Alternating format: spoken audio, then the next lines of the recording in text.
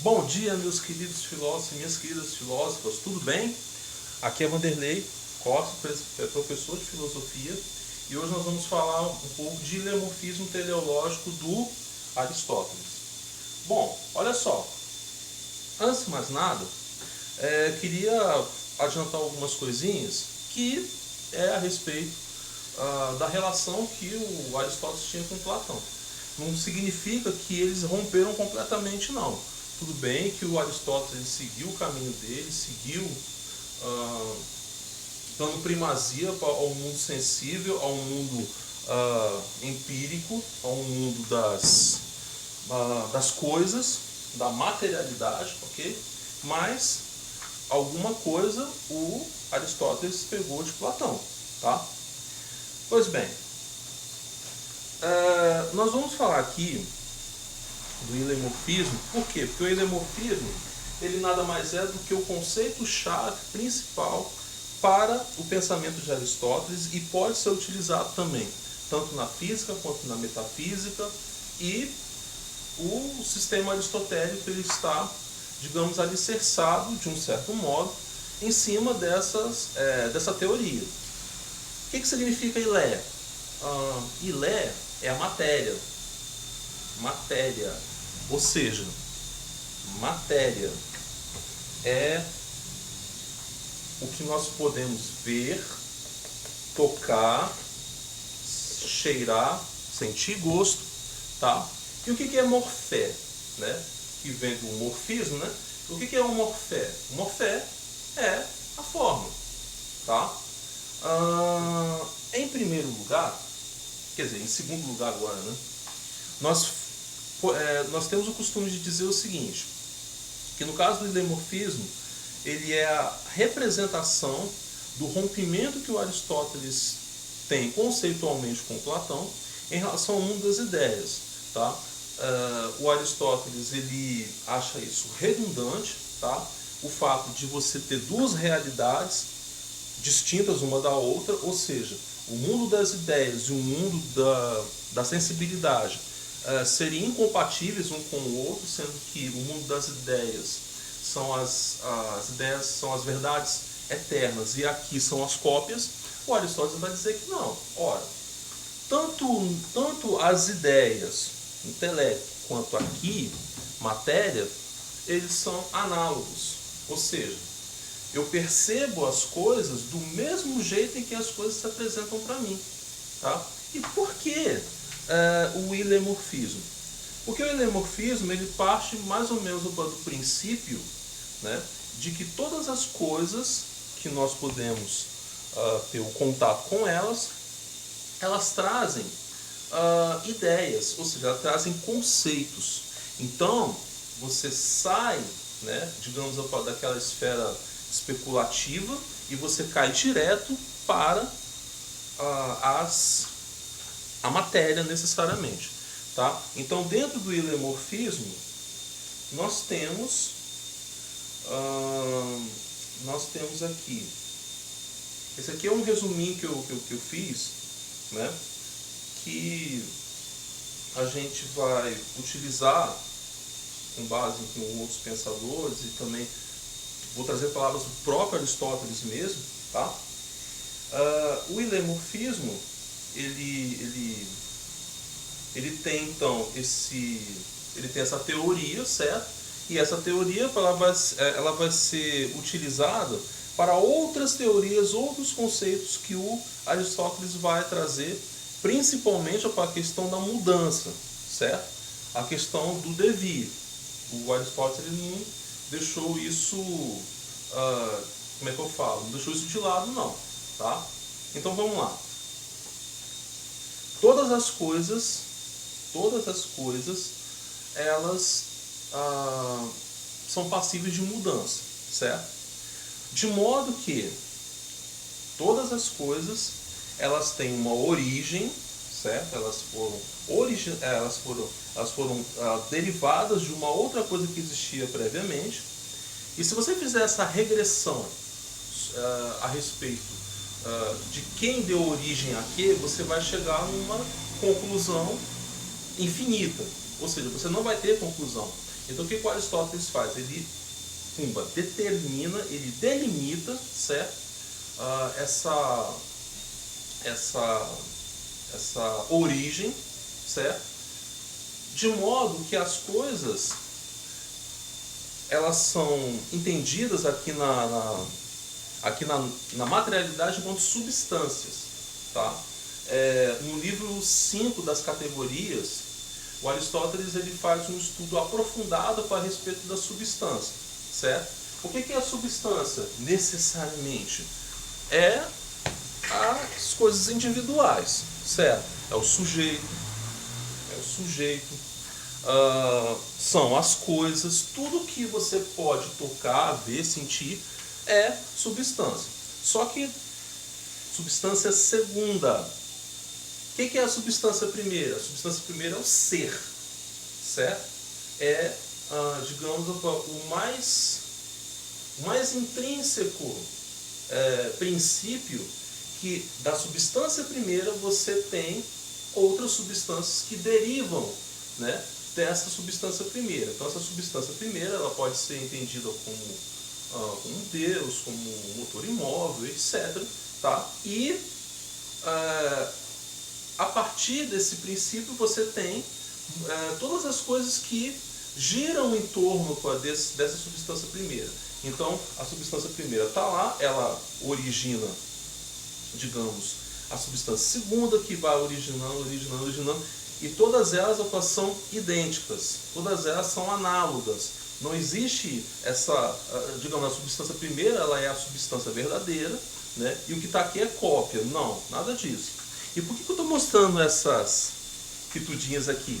Porque eu vou tentar explicar para vocês o modo como nós podemos aplicar isso na prática, certo?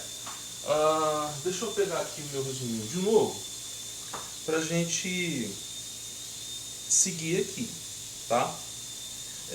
Então, com relação à mudança, às coisas, tá?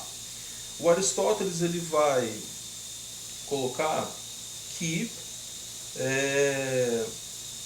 as coisas elas mudam, tá? E a mudança com que essas coisas vão sendo suscetíveis, elas partem de dois princípios básicos, tá? Primeiro é o ato, certo? E segundo a potência. O que é o ato? O ato, ele é o estado atual da coisa. Então, ou seja, isso aqui é um ato, certo? É um ato porque sendo uma substância segunda, porque o ovo veio da galinha, certo? Sendo uma substância segunda, é aquilo que ele se apresenta como está, correto? Esse aqui é o ato, correto? Ele está aqui bonitinho. E a potência nada mais do que aquilo que é a capacidade que esse objeto pode mudar ou pode se atualizar para um outro objeto ou para uma outra substância. Agora nós vamos fazer o seguinte: o ovo, certo? O açúcar, o leite, o fubá, a manteiga e o chocolate. Tudo isso aqui é substância, correto? Agora, todos esses objetos aqui, eles podem se transformar em, por exemplo, uma panqueca, que é isso que nós vamos fazer agora. Vamos lá. Eu peguei pouca coisa, tá? Porque não vai dar pra gente fazer coisa assim muito... Ui! Ai. Se vocês soubessem a gambiarra que tá aqui, eu acho que dá pra ver. Dá pra ver? Deixa eu ver aqui. Ai, vocês têm que ver a gambiarra que isso aqui tá, cara. É uma coisa de louco. Bom, então nós vamos aqui quebrar. Vamos quebrar aqui um ovo, certo? Ó, ele está se atualizando, certo? Ó, ele está se atualizando. Vamos botar aqui um pouquinho de leite. É para uma panquequinha só, tá? Depois. Ah, e detalhe, tá? Todas as substâncias, elas não deixam de existir, tá? Depois eu vou explicar direitinho o porquê. Ó, vou botar aqui um pouquinho de... Vou botar um pouquinho aqui de fubá. Vou botar aqui um pouco agora de açúcar. Chocolate. Chocolate. E agora eu vou colocar um pouco de... Cadê a colher? Esse assobio aqui é porque a panela de pressão tá no fogo que eu estou cozinhando feijão, né? Afinal de contas a gente tem que se virar também.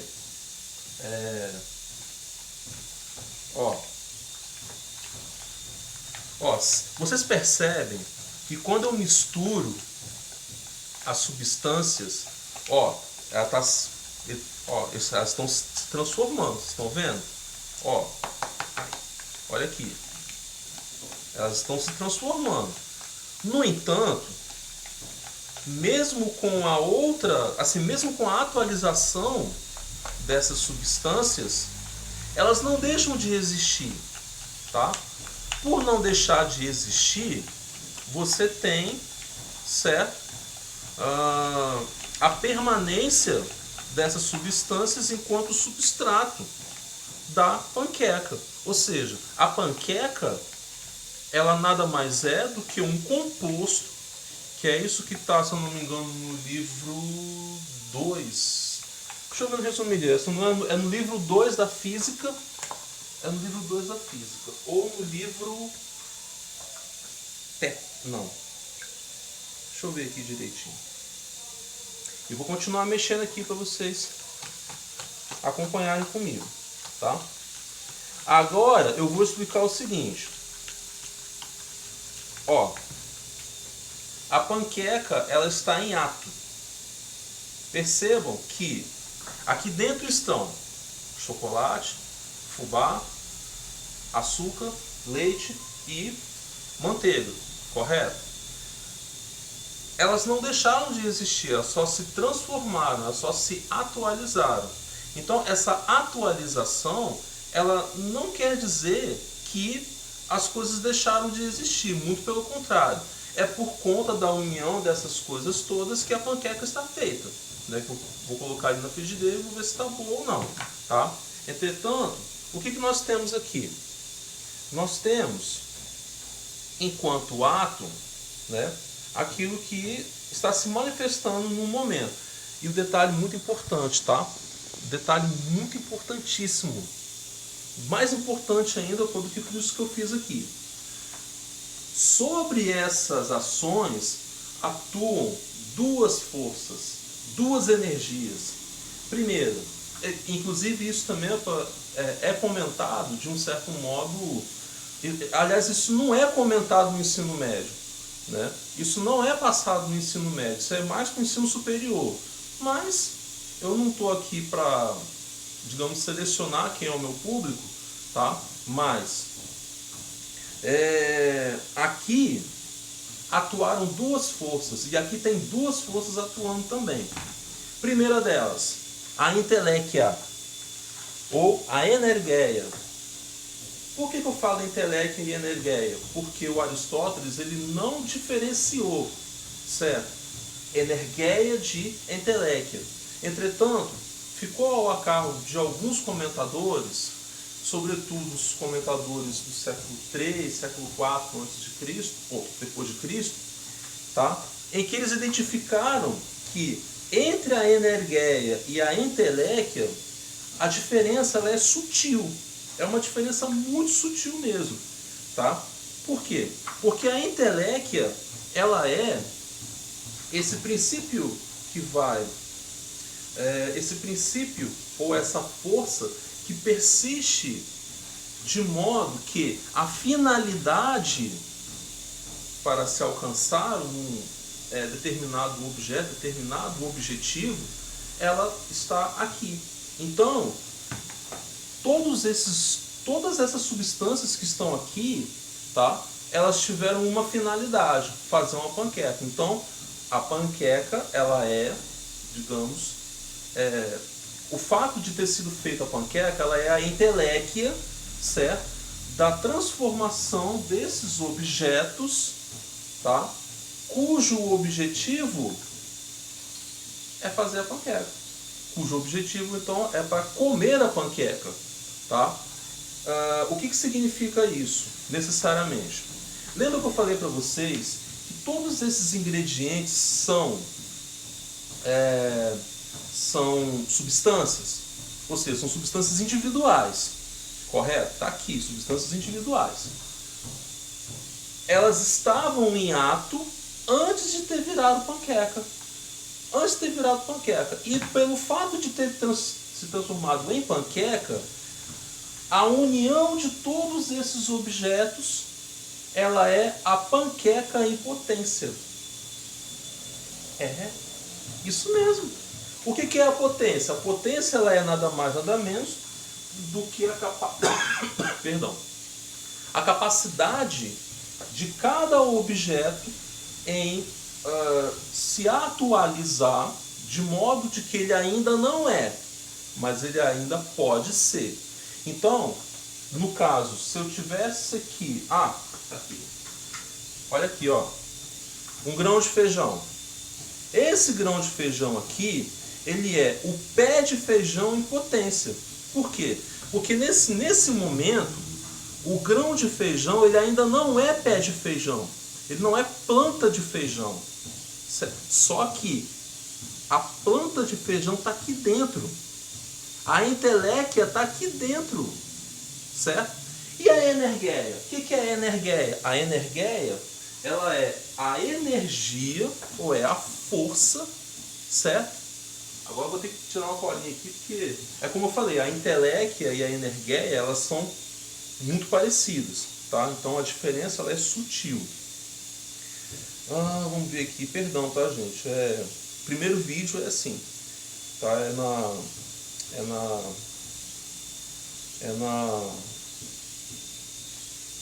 Cadê aqui? Isso.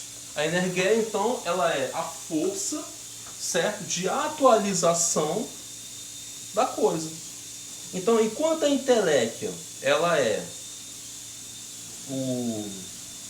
a força persistente, que é o fim para que tal objeto se atualize, a energeia, ela é o start, é aquela força inicial que vai gerar o movimento, certo? Só que aí é o seguinte, entre o ato e a potência, tanto o ato quanto a potência são regidos por duas forças. Eu falei para você que no ato rege-se a energeia e a entelequia. Na potência, você tem a dinamis, ou o movimento. Toda hora esse celular aqui fica entrando em modo descanso, aí me quebra. Ô pai, tá aqui. A dinamis, que é a possibilidade deste grão de feijão se transformar em um pé de feijão, tá? Feitas essas considerações, então, o que é potência? É a possibilidade da coisa vir a ser outra coisa, certo? É a possibilidade de mudança, de transformação de uma coisa para outra. O que é o ato?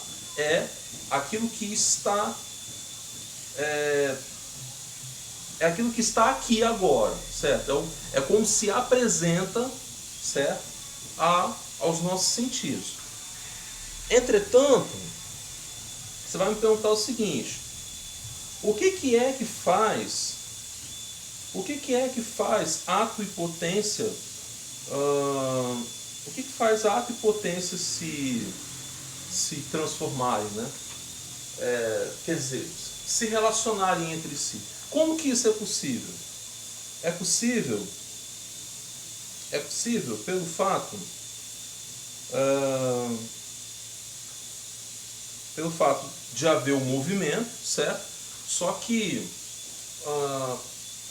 Aristóteles ele acredita muito naquela questão de todo efeito ele é derivado de uma causa, certo?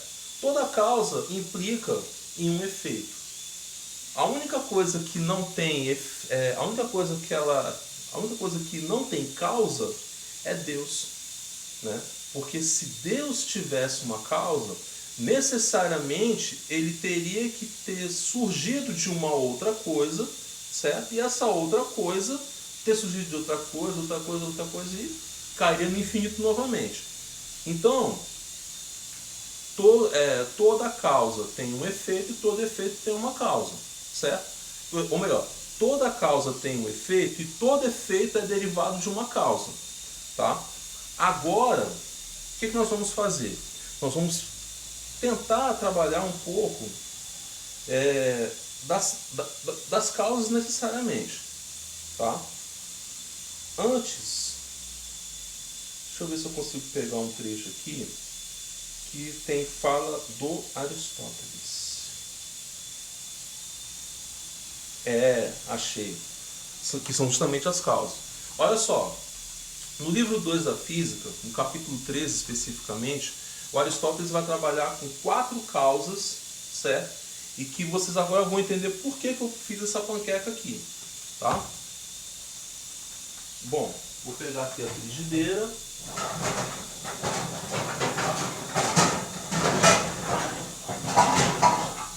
Vou pegar aqui a frigideira. Caiu tudo aqui. Eita, caiu tudo. Bom, passar uma aguinha.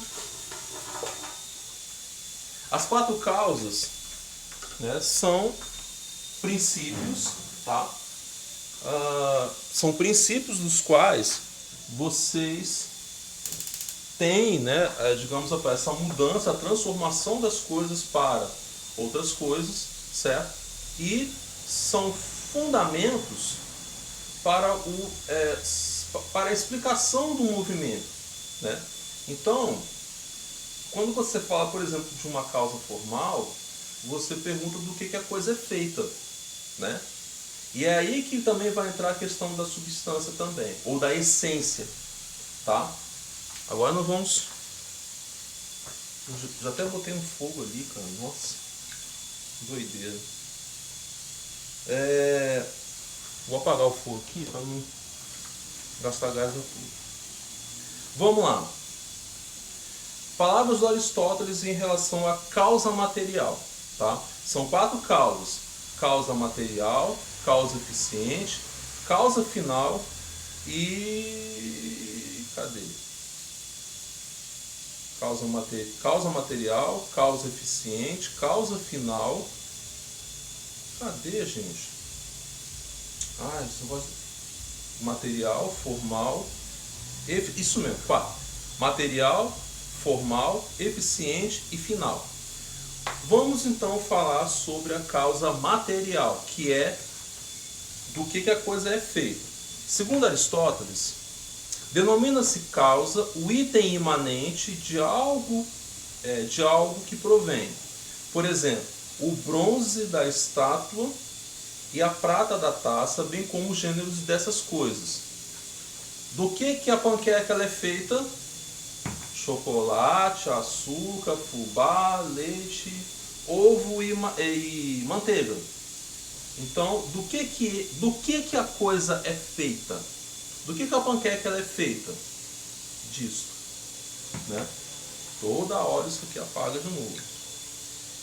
Causa formal, segundo Aristóteles. Denomina-se causa a forma e o modelo, e isso é a definição do aquilo que o ser é e seus gêneros. Por exemplo, da oitava, 2 para 1, em geral, e etc. Né?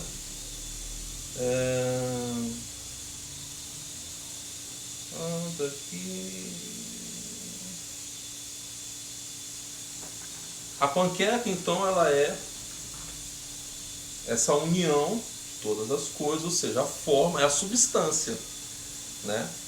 É a substância, é o substrato que está aqui, tá? Causa eficiente, que aí agora eu vou entrar aqui nisso aqui, quer ver? Causa eficiente para o Aristóteles. Denomina-se causa aquilo de onde provém o começo primeiro da mudança ou do repouso. Ou seja, quem é a causa eficiente da panqueca? Eu. Por quê?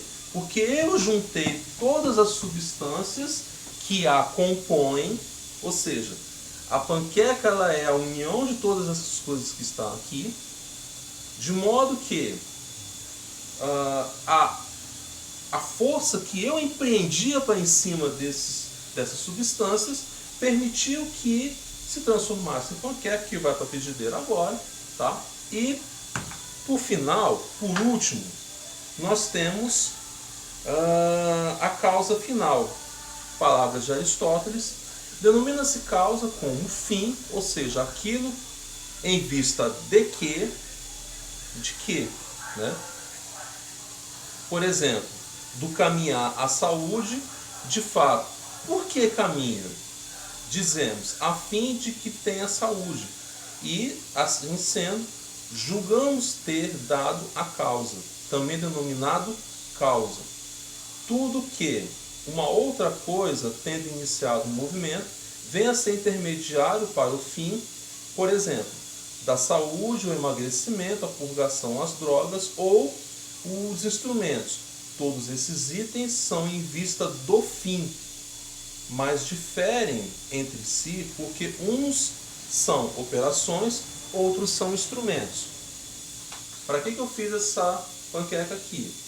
Para duas coisas. Primeiro, para mostrar para vocês como que a gente trabalha a maneira prática, certo? Já que reclamam que a filosofia não tem prática, mentira, aqui está a prática, tá?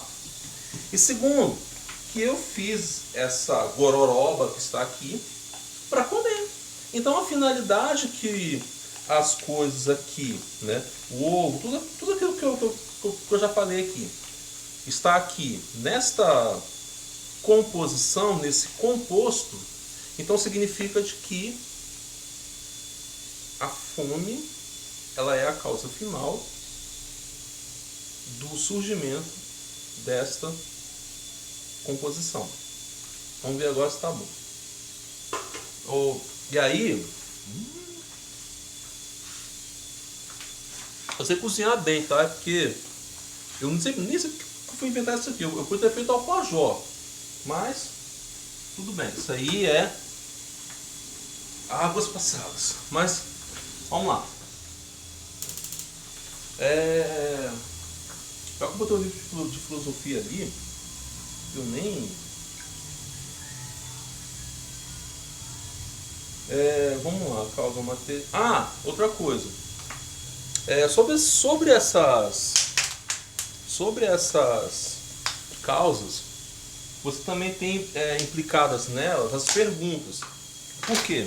Porque o Aristóteles ele não se preocupou apenas com a transformação das coisas de maneira material. Mas se você for pegar, por exemplo, os primeiros escritos, o órgão, né, que é composto dos analíticos primeiros e analíticos posteriores, tem da interpretação, tem das categorias, tem as refutações sofísticas, etc. O Aristóteles ele se preocupou também com a questão do termo, tá? Com a questão, digamos, gramatical, tá? E no fundo, quando você coloca essas causas necessariamente para você poder entender como, quando, por quê, por qual razão elas ocorreram, eu vou pegar aqui uma citação do livro Filosofando das Marias, tá? Em que elas colocam uma síntese, certo? Em cima dessas causas, sendo que na causa material você identifica como de que é feito, né? Do que a panqueca é feita? Desses ingredientes que eu falei aqui. A causa eficiente, por que foi feito isso aqui? Segundo elas, tá? Causa formal. O quê? Por que que isso aqui é substância? Porque, na verdade, a causa formal ela é a essência, a substância, o substrato, tá? A causa final é para que serve, ou seja, para que serve isso aqui? Para comer, necessariamente, tá? E agora, esta panqueca, ela vai ser atualizada outra vez. Agora ela vai ser jogada até a... Nem sei se dá pra ver. Acho que dá pra ver sim. Como eu falei, aqui tá uma gambiarra que depois eu posso até tirar foto e tá lá no fogo. Ah, está sendo atualizado, tá? A panqueca líquida, ela está sendo atualizada, certo? A energia que está sendo incendida sobre ela é o fogo, o calor, tá? Vou virar aqui. Gente, está uma gororoba infeliz. Eu vou falar aqui mais umas outras coisas, tá? Eu falei mais cedo sobre a substância, certo? Mas eu acho que eu não dei uma definição. Eu não dei uma definição exata sobre a substância. Eu vou procurar aqui. Eu vou pegar as palavras de um filósofo espanhol chamado Manuel Morente, que vocês podem encontrar no livro Fundamentos de Filosofia. Bom, Aristóteles então ele coloca como substância dois aspectos, né, que são dois sentidos, dois significados em que a coisa, a substância ela é caracterizada. A primeira delas é o seguinte, que é o significado estrito da substância. Primeiro, que substância é uma unidade, né, que suporta todos os demais caracteres da coisa. Olha só, eu não falei desses caracteres e vou falá-los agora, porque esses caracteres, eles são os acidentes que todas as coisas aqui, elas possuem, tá? Então, o que vai acontecer? Você vai me perguntar o seguinte: então, se a substância ela suporta os caracteres que fazem ela ser o que ela é, então quer dizer que esse pote de chocolate aqui, ele tem milhões de acidentes, né? Vamos continuar aqui, que agora eu já estou terminando. Se nós analisarmos uma coisa, descobrimos nela caracteres, notas distintivas, elementos conceituais. E ele coloca os exemplos, né? O copo é grande, o copo tem água, o copo é de cristal, o copo é frio, etc. Tá? Mas que depois, inclusive, a substância ela vai ser trabalhada lá na Idade Média por Santo Tomás de Aquino, em que ela vai ser chamada de quid, ou a quididade da coisa. E a coisa da qual se predica tudo aquilo que se pode predicar. É isso que Aristóteles chama de substante, ou seja, o hipokemos, que é o substrato, tá? É aquilo que sustenta, certo?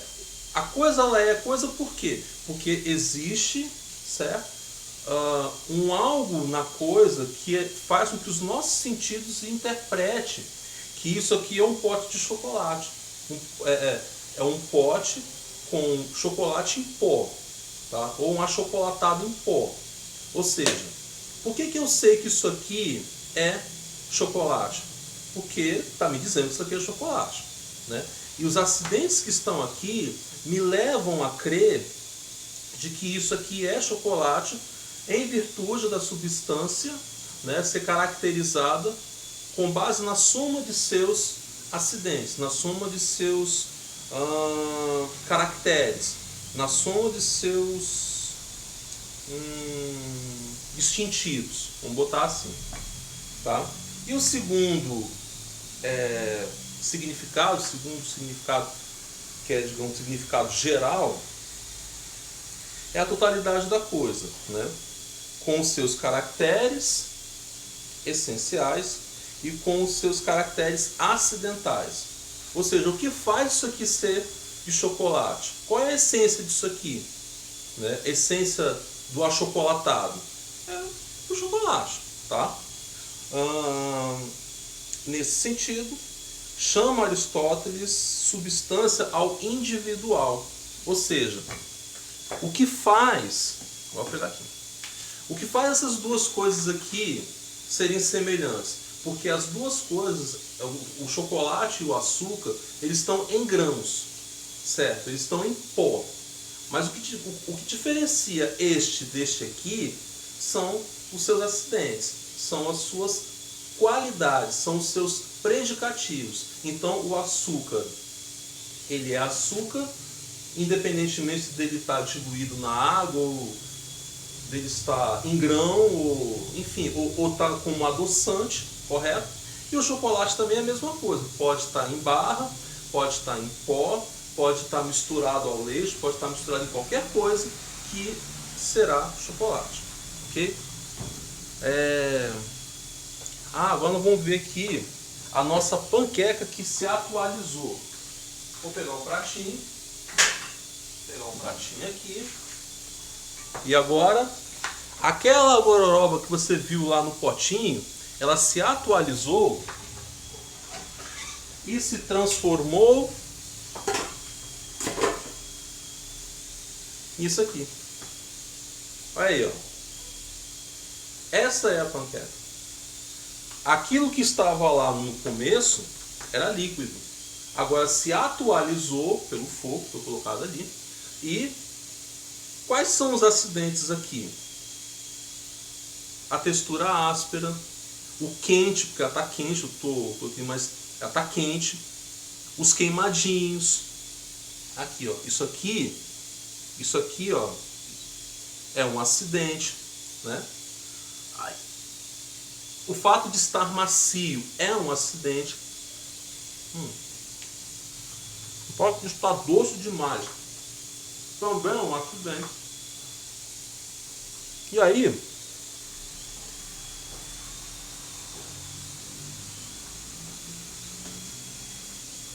nós dizemos que a substância, ela possui então 5 características, né, que estão descritas, não nessas palavras necessariamente, no livro químico das categorias. A primeira delas, a substância ou essência, certo? Não é predicado de outras categorias ou não pode ser predicado a outras. Eu peguei isso aqui da Introdução à História da Filosofia, volume 1 da Mariana Chauí. A substância é o que não está em um sujeito, né? Ou seja, não é um atributo ou um predicado de um sujeito. Panqueca é panqueca, tá? O fato de ter se atualizado não deixou de ser panqueca e não é predicado de uma outra coisa que existia antes, tá? Ela não é um atributo ou predicado de um sujeito, mas o próprio sujeito, ou seja, a própria panqueca. Quando você me pergunta assim, qual o seu nome? Vanderlei. Eu sou Vanderlei. Então tipo assim, eu sou uma substância, correto? Agora, chegou um outro Vanderlei aqui, meu pai, por exemplo. Qual dos dois são substância? Isso aí vai ser uma perguntinha, tá? Qual dos dois vai ser substância se tem dois nomes iguais? Aquele que apresentar Na verdade, nenhum. Aqui que apresentar, ó. Nenhum. Por quê? Um sujeito, eu sou individual, certo? Então eu sou uma substância, ele também é uma substância. Só que o que vai nos diferir são os nossos acidentes. Ou seja, o sobrenome, a idade, a barriga, são barrigudo como eu, a altura, a cor da pele, as rugas nos olhos, o bigodinho chinês e por aí vai, tá?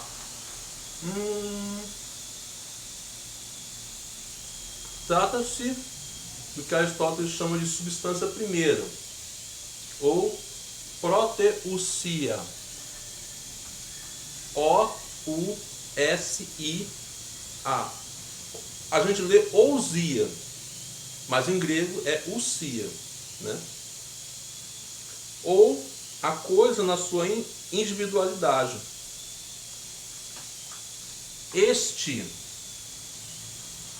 Esta caixa é uma substância. Esta faca é uma substância. Este livro é uma substância, tá? Substância primeira. O que é uma substância segunda? Livro de filosofia.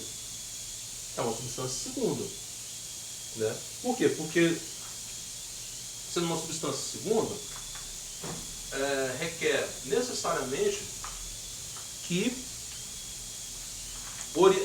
origina-se de uma substância primeira, né? E essa substância primeira vai dar origem à substância segunda. Então, livro de filosofia, substância segunda. Aí, e tem mais, tá? Isso aqui, ele vai só se degradando. Só que ao contrário de Platão, você não tem uma hierarquia, necessariamente. A segunda, substância essência, pode ser predicado de um sujeito, sem ambiguidade, quando for substância segunda, né? Isto é, quando for gênero ou espécie a que o sujeito pertence. Sócrates é homem, em que a substância homem é predicada a Sócrates para indicar a espécie que ele pertence. Então não tem nem o que comentar muito aí. A substância primeira é sempre individual. Como eu disse, livro, faca. A substância não tem contrários, nem graus, por isso que eu falei. Uma coisa é análoga à outra. Se você tem um chocolate e você tem um açúcar, os dois são grãos. O que vai diferenciar um do outro são apenas os seus acidentes. Tá? De novo, a substância admite qualidades contrárias e graus. Que no caso são as substâncias segundas, tá? São as substâncias segundas que admitem qualidades contrárias e graus. Lá nas categorias, o Aristóteles diz que a substância primeira jamais admite contrários. Então é isso que a gente tem que tomar um certo cuidado com alguns comentadores que andam escrevendo por aí, tá? Não que eu esteja desqualificando ou descaracterizando, Deus me livre. Quem sou eu para fazer isso? Mas, né, se não deixar tudo bem claro, né, a gente vai ter problema. Então, como eu falei, né, nós temos então assim, só para fechar, partes da sensibilidade, ou seja, não é mais um mundo das ideias que vai constituir a realidade das coisas, né? Ou seja, as coisas aqui não são cópias, elas são o que são, tá aqui, certo? Sobre essas coisas atuam movimentos de mudança, transformação. Nós temos o ato e a potência. O que é o ato? É a apresentação do objeto nesse determinado momento. Então esse livro está em ato. Esta panqueca ela está em ato, correto? Agora, vocês não querem esperar, isso aqui só pode usar de novo não, né? Porque vai ser nojento. Olha aqui. Potência, né? É a capacidade da coisa se atualizar, correto? A possibilidade dela ser uma outra coisa após a atualização. Sobre o ato, nós temos duas forças, que é a entelequia, que é a finalidade, o fim, para que tal coisa tenha sido, para que tal movimento de atualização tenha se consolidado, e a energeia, que é a própria energia que vai fazer com que essa panqueca, que antes era assim, se tornar isso aqui. A dinamis. A dinamis também é essa força, né? Só que essa é a força que vai atuar sobre o objeto e vai permitir que esse objeto se torne outro objeto. E detalhe, aqui estão o leite, o chocolate, o ovo, o fubá, a manteiga, está aqui, ó. Eles se atualizaram. Então, a potência, a dinamis, certo? Ela atuou aqui. Agora, e a cinesis? E a cinesis? O que é a cinesis? Alguém já ouviu falar da cinesis? Pois é, a cinesis, ela é a energia do todo, ou seja, é aquela força em que atua sobre todas as coisas, correto? Você quer ver? Ó, a dinamis atuou aqui, né? Agora, quem atuou sobre mim? Quem atuou sobre mim para proporcionar esse movimento que está aqui? É a cinesis. Ou seja, eu produzi, quer dizer, incidiu sobre mim a força cinética, certo? A cinese, para que, por meio da potência, por meio da dinamis, ela se transforme num outro objeto que agora está em ato, ou seja, entelequia, energeia, correto? A gente pode dizer que essa energia, a cinesis, pode ser o intelecto, né?